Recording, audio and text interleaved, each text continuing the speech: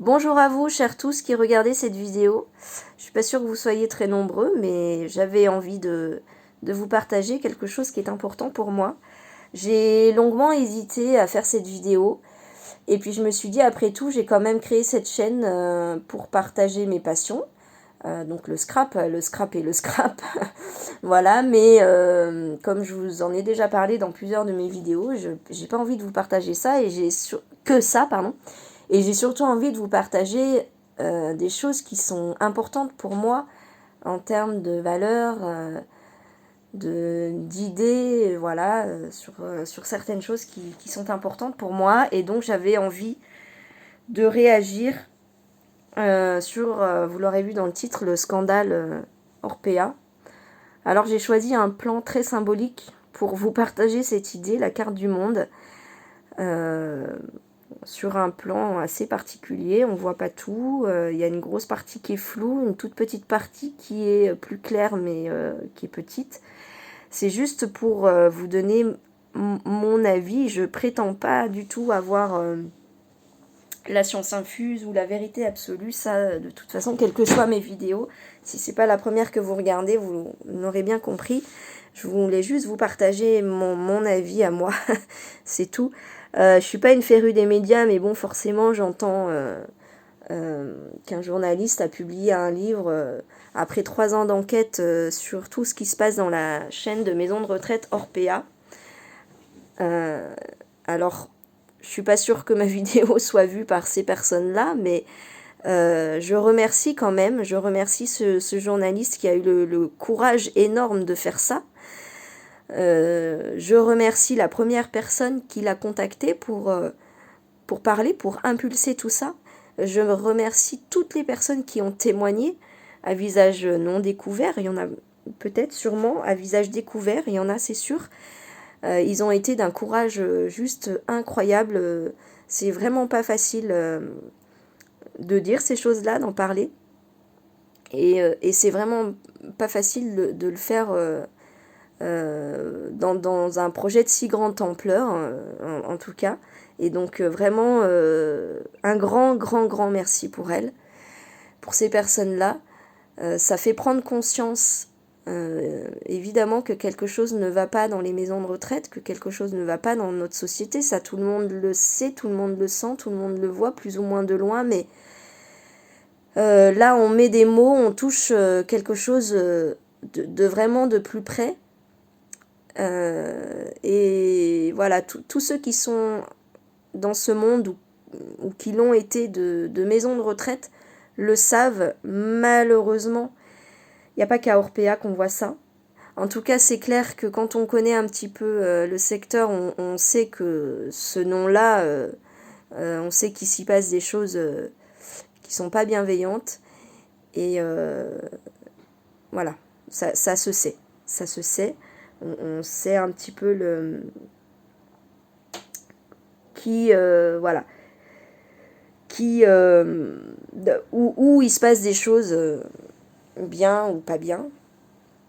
Mais en tout cas, c'est très courant. C'est très courant malheureusement. Et j'espère que ce livre-là, qui fait énormément de bruit, qui sont repris par les politiques, donc là, ça devient une affaire politique en même temps, surtout dans le contexte actuel des présidentielles, mais en même temps, c'est le bon moment parce que probablement que ça fait plus de bruit que si ce livre-là était sorti il y a 2 ans en plein confinement, par exemple. Donc effectivement, c'est probablement le bon moment. Donc voilà, j'espère que ce n'est que le début, que y ait cette prise de conscience, que ceux qui ne le savaient pas, eh bien maintenant le savent. Alors non, c'est pas, je suis pas en train de dire qu'il faut que tout le monde doit connaître tous les malheurs du monde. Mais voilà, ça c'est quelque chose de très courant en France en tout cas. Et malheureusement, on n'est quand même pas les plus mal lotis en matière de moyens dans les maisons de retraite, comme pays dans le monde. Mais en tout cas, c'est un vrai problème en France. Il y a beaucoup, beaucoup, beaucoup, beaucoup d'endroits où il se passe des choses, peut-être pas aussi graves que les plus graves qui sont dénoncées là, heureusement, mais ne serait-ce que le rationnement des protections, c'est quelque chose qui est quand même assez courant. Et s'il y a des soignants qui écoutent cette vidéo, voilà, ils le savent bien sûr, parce que quand on est soignant, en général, on tourne un peu dans plusieurs maisons de retraite. Rares sont les personnels qui restent à un seul endroit. Et donc voilà, j'espère que ce n'est que le début. J'espère que, en tout cas, tout le monde va prendre conscience que qu'il faut faire vraiment un gros effort dans les maisons de retraite, dans tous les lieux médicaux.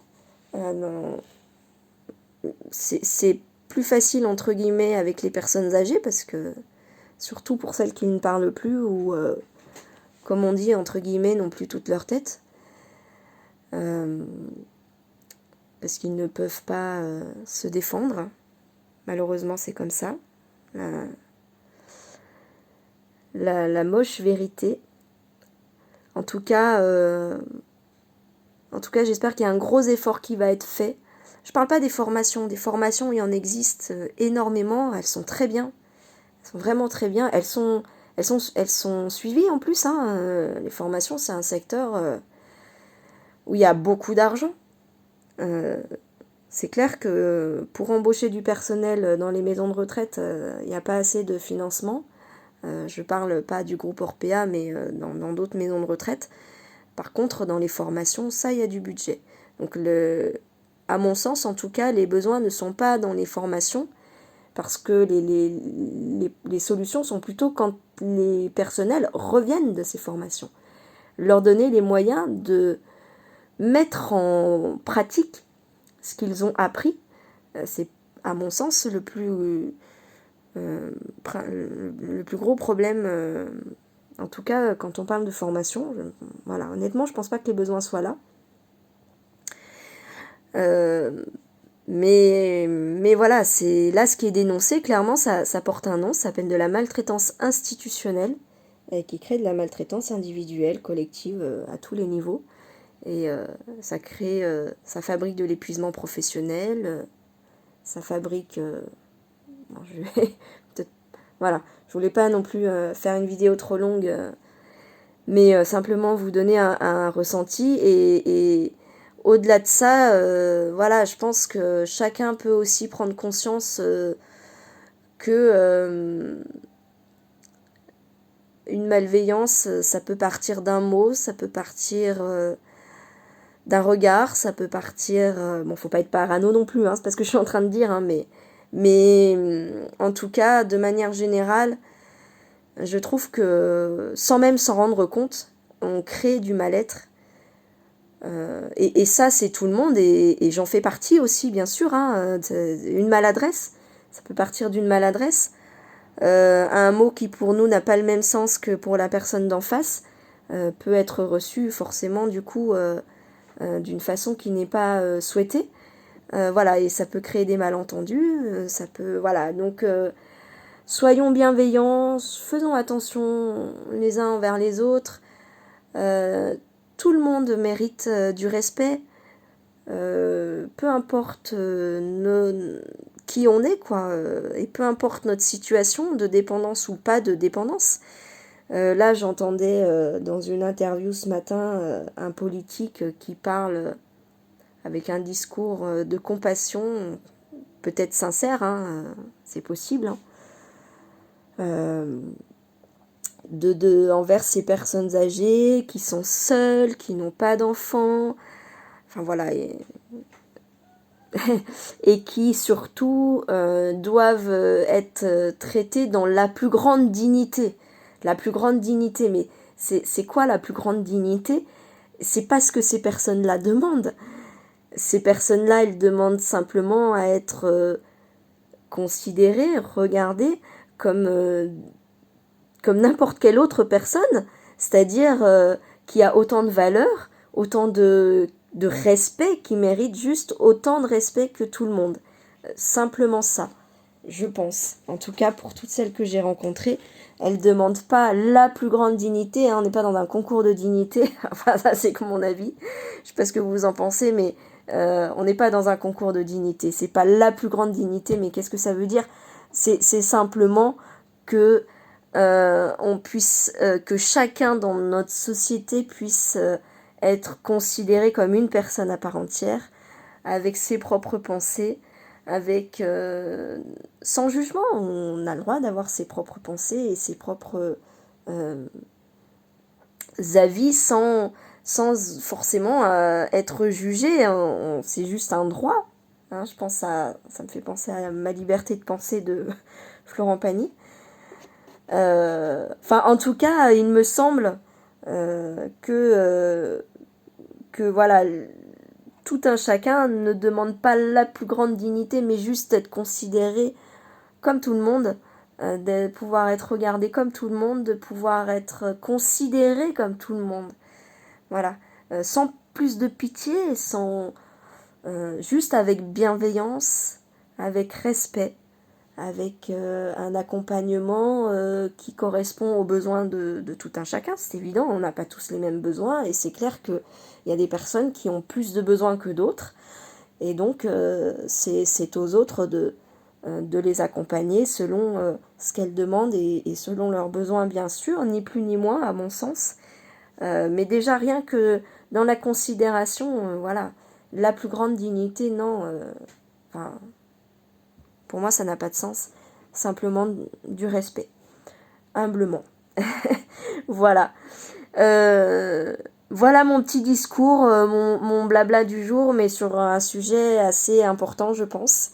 En tout cas, j'avais envie de vous partager mon avis.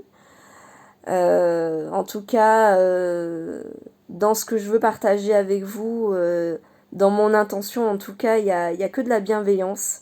Il n'y a aucune méchanceté ni jugement. Il y a que de la bienveillance. Donc je vous demanderai en retour forcément de la bienveillance. Si jamais je vois que à un moment donné ça dérape, je me permettrai de désactiver les commentaires. Voilà.